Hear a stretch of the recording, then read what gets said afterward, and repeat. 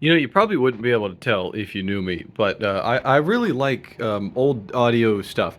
And one of the things that I really like is reel to reel. I think it's really good and really neat, and it's one of my favorite formats. It sounds nice when you do it right.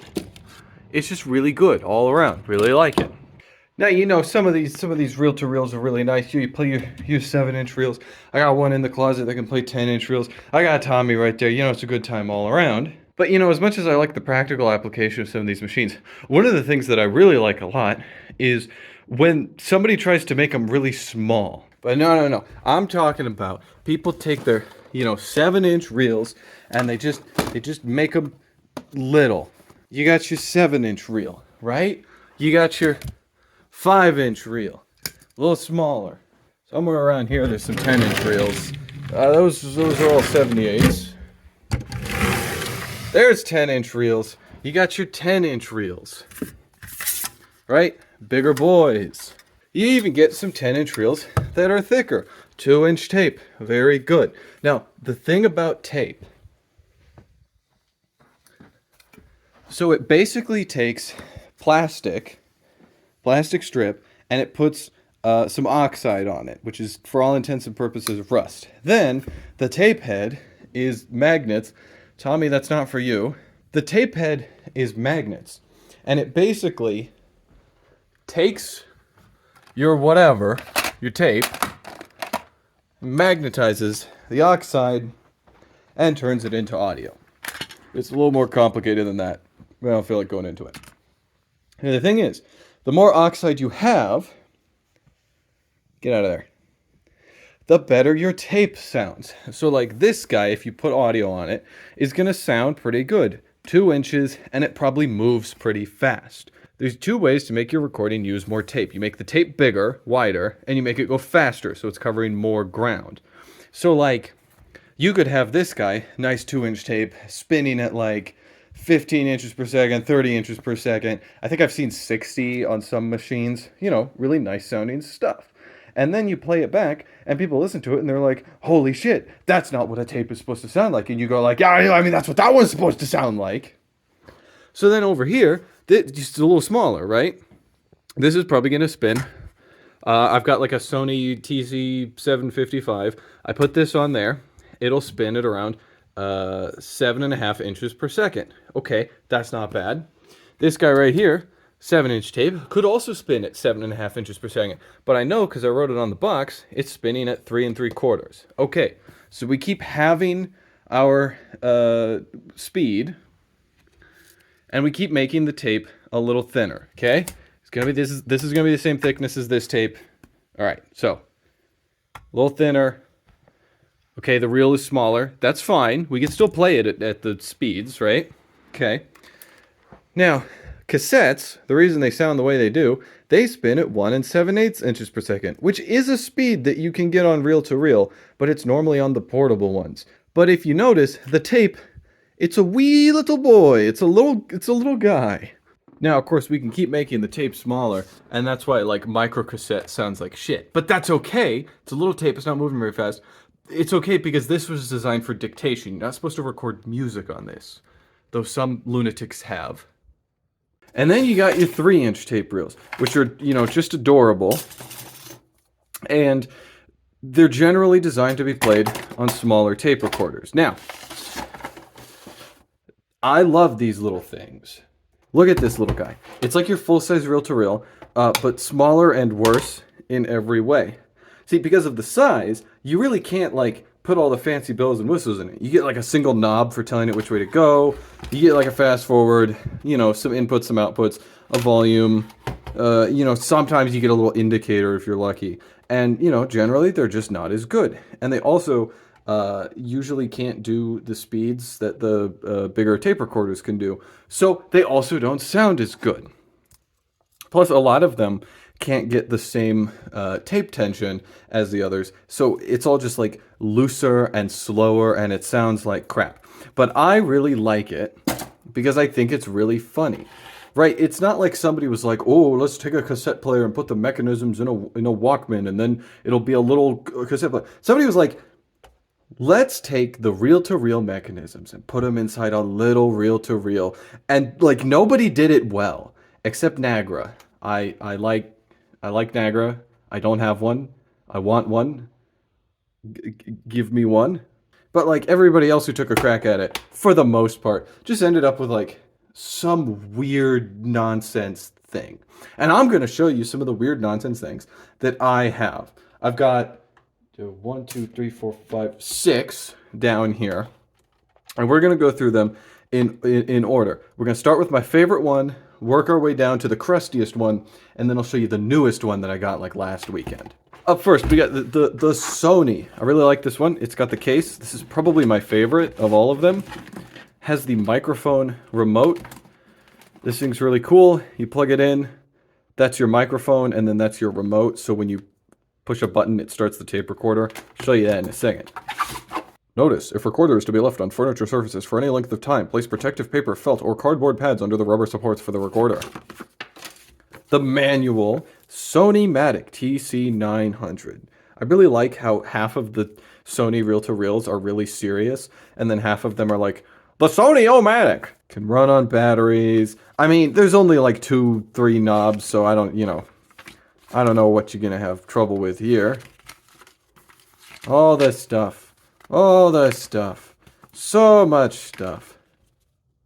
Very good.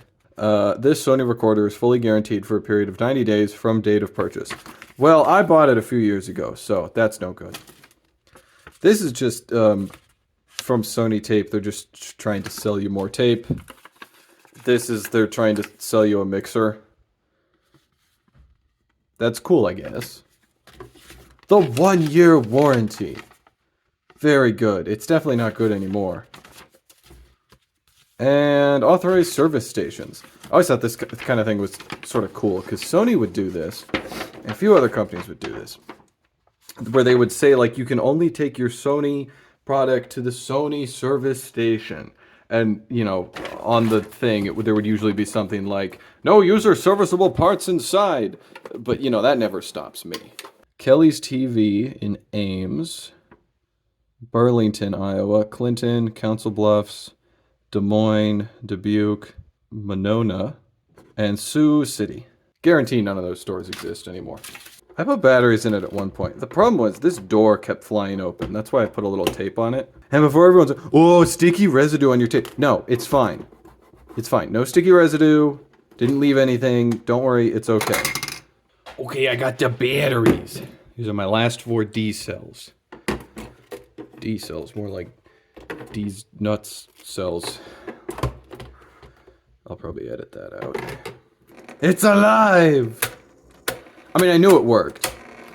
One of the neat things about these little portable reel-to-reels also is that if you need to get to all the heads, half the time these plastic bits just like pop off. They're literally just held in with prayers. Also, if you need to change the speed, check this out. You want to go to 1 7/8? The capstan screws off. Ta-da! Now you're going to play at a slower speed. If you want to play at 3 3/4, capstan goes back on. So we know play works. As you can see, it takes a second to get going.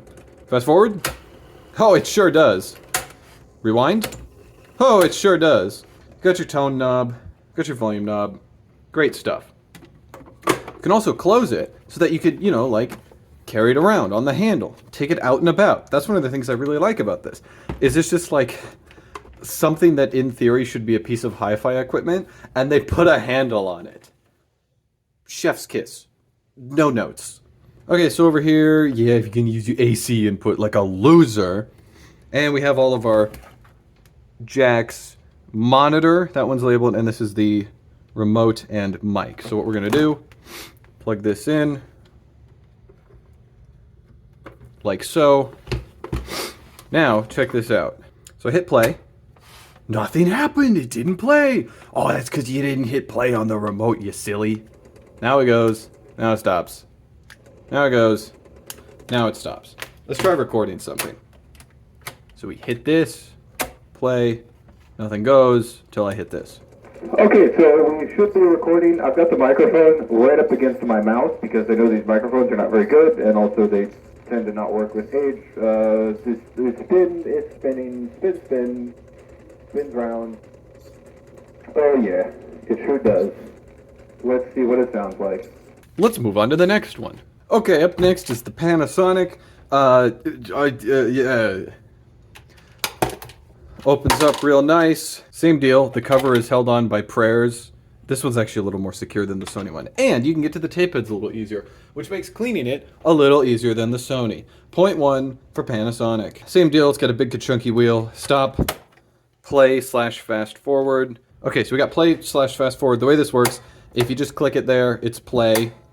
But if you hold down this button and then click it, it's fast forward, which I think is an interesting way to do fast forward. Other ways, rewind. If you want to record, you have to push the record button and then slide it over to record, and then it'll be recording. It has a level / battery indicator. On the front, there is a volume slider, remote / mic. This one's interesting because the microphone input is the same, like the standard you normally see. The remote input is not at all. So I don't actually have a remote that I can use for this. Radio is just an input. Monitor is just an output. They label things weird on these sometimes. But, I mean, everything's out front, which is kind of cool. So the Panasonic RQ-102s rolls off the tongue, doesn't it? Needs 6 D cells. That's more than I currently have in my house, and there's a blizzard outside right now, so I'm not going outside. Luckily, this guy's got a little power cord coiled up inside him. She's live. Oh, it spins. Rewind. Sure does. You can see another belt moving. Fast forward, push the button. Sure does. And, of course, record. I mean, I assume. Of course, we also have the capstan here. Take it off to change the speed. And this guy actually has a storage spot for the capstan, which is kind of nice. So there's a screw on top instead of the whole capstan screwing off. You just, like, store it there. Now, your slower speed is going to sound much worse. It's going to give you more recording time for your tape. So, you know, there's advantages and disadvantages. Rewind. Play.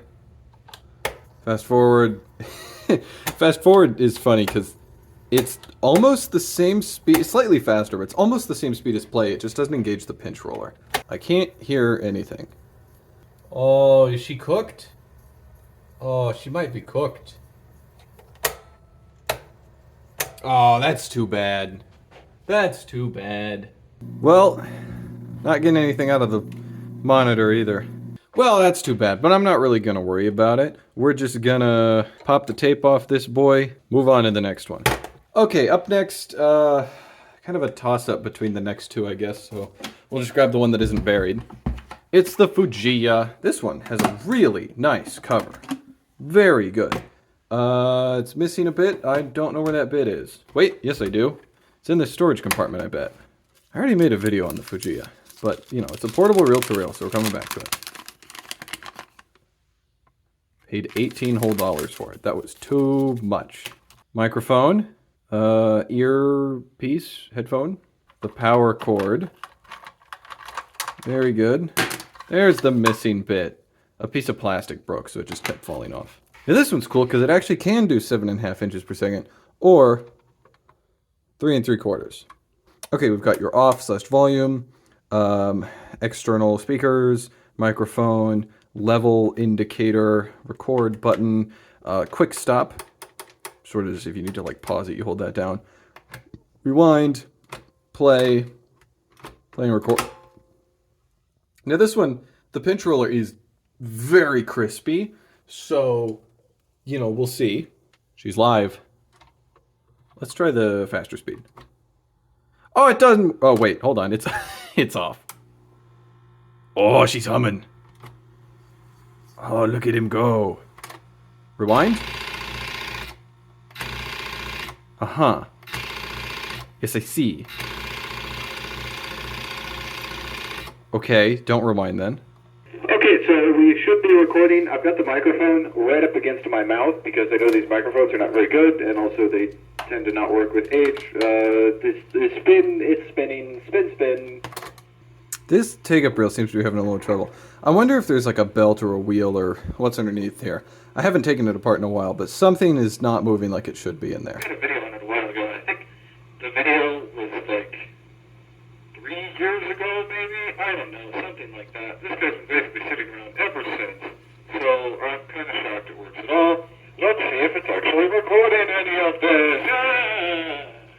Yeah, so, I mean, it works, but it doesn't work nearly as well. I bet if I gave this thing some tender love and care, I could get it working better. But the thing is, I don't know if I care enough. Doesn't have a spot for batteries.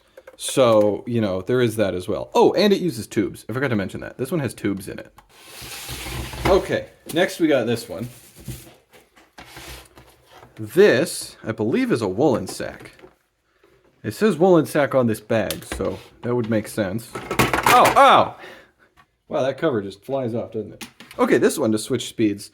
You don't do anything with the capstan. It's just got a little switch here.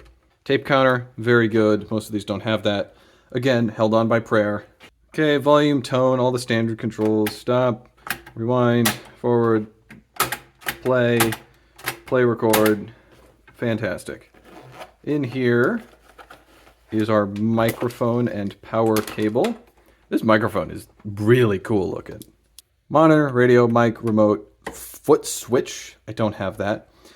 AC input, AC or DC. You have a little switch going between them.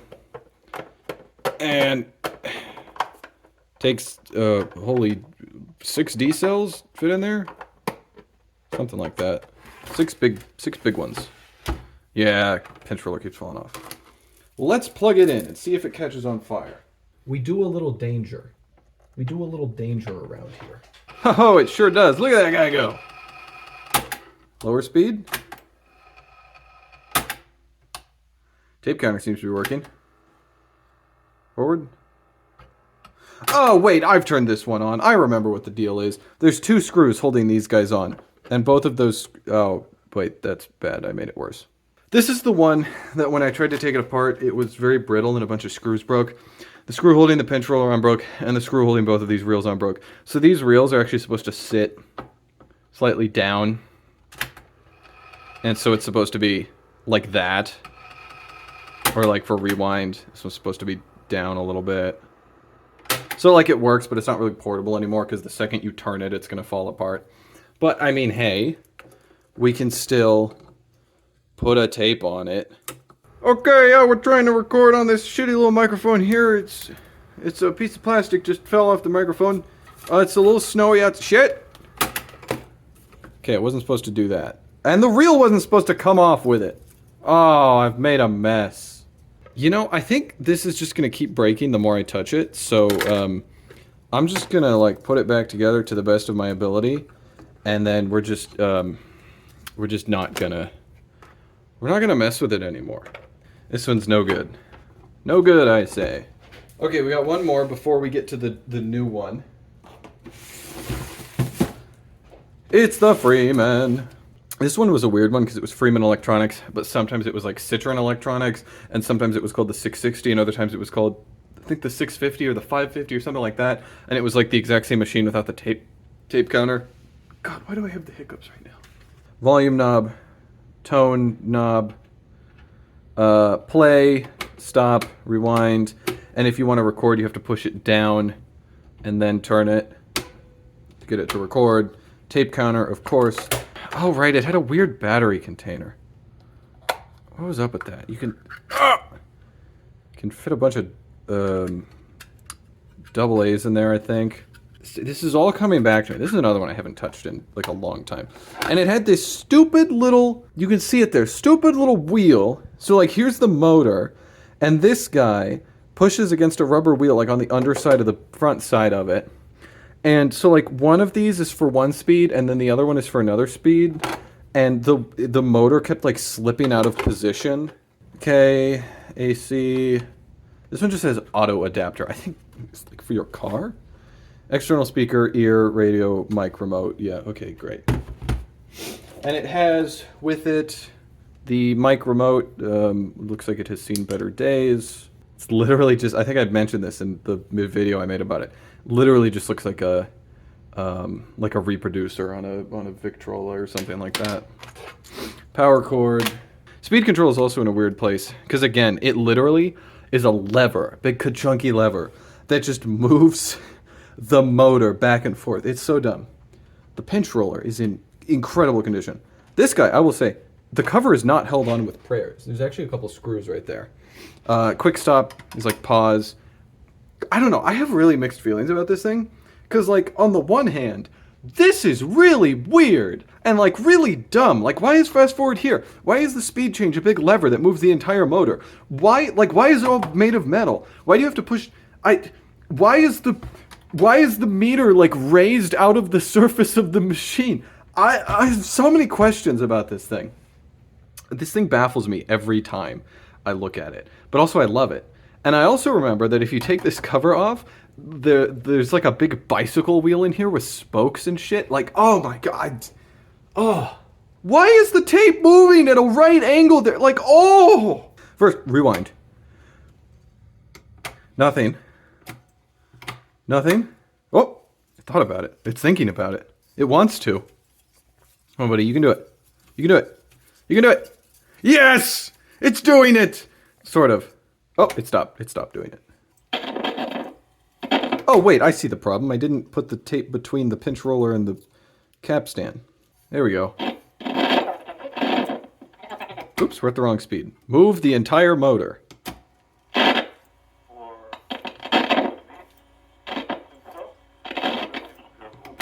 It sounds so bad, and the knob is so dirty, and I don't know how to get the knob off without pulling this whole panel off, which I don't want to do.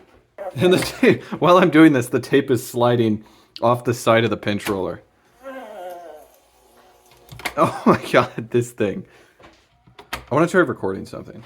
Oh, I see. I screwed up the tape path over here, too. Let's try this again. Okay, so it goes under there, and then... Okay, let's try it now. I bet it recorded nothing. Oh, it keeps, like, jerking on the tape. It's gonna break it. This guy has been sitting around for a couple years. I made a video on it a while ago. Okay, this is the Fujiya recording. Keeps flying off. The tape keeps flying off. Why does it do that? I pretty much only keep this one around because I think it's really funny for people to be like, oh, I'm into reel-to-reels. You know, the like 2 people I talk to who are actually into reel-to-reels. And then I pull out like this thing. I pull out the brick. Did it actually record? It didn't. It did not. I mean, it could be worse. It could be the save reel-to-reel. I don't even know where that one is right now. It's somewhere in the house. Unfortunately, I've let it into my home. I mean, what do you even do about this? People need to be warned. Like, why isn't the president getting on this? Now, look at the thing that I got. It's a Panasonic all-transistor AC-powered tape recorder model. RQ-303 just rolls off the tongue, doesn't it? Operating instructions, splicing tape, careful handling, maintenance. Oh, it shows you... That's what it looks like with the front cover off. Here it is. Panasonic. Yeah, it could just be because coming off the Freeman electronics, which weighs 1,000,000 tons. This thing feels like it weighs nothing. The case has a handle on it, though, which is really nice. It is a nice case. I'll give them that. The boy. I think this might be the smallest of all of them. Which is something, I guess.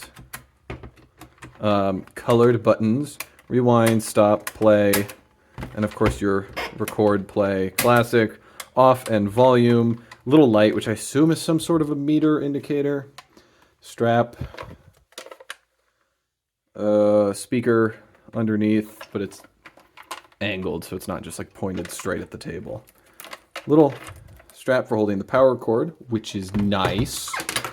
And a little cover. Just pops right off. And it came with a free take-up reel.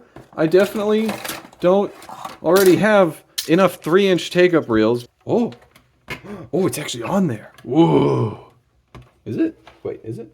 Yeah, it is. It's attached to the rest of this. Neato. Okay, well, I'm going to plug it in and turn it on and see if it works. Maybe I don't have to do anything to it. Wouldn't that be nice?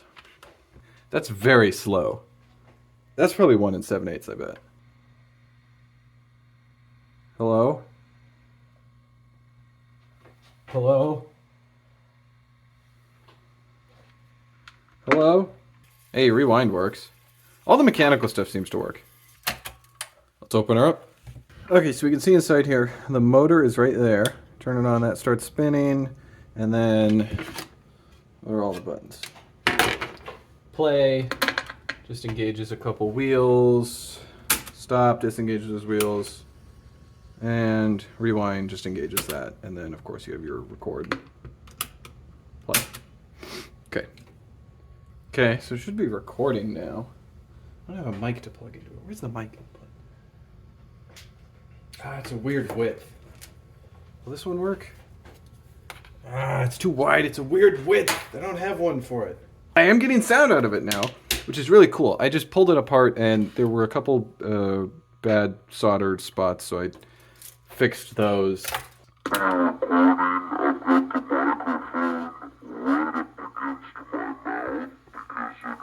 wonder if I have a microphone that would work for this. Hold on, let me check the other microphones.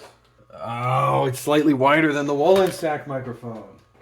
Shoot, I might not have a microphone that can work for this one. Dadgummit. Okay, we're on the Sony microphone, which I know works. So we're gonna try the Sony microphone now. Oh, I'm not hearing anything. Ah.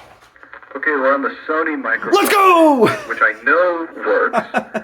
So we're gonna try the Sony microphone now. Go! Let's go! Okay, so I want to show you what I did to get that to happen.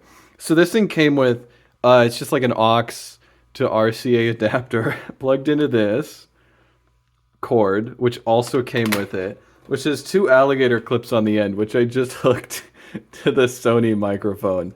And that worked for some reason. Just like that. Let's go! Okay, alright. Okay, let's put it all back together.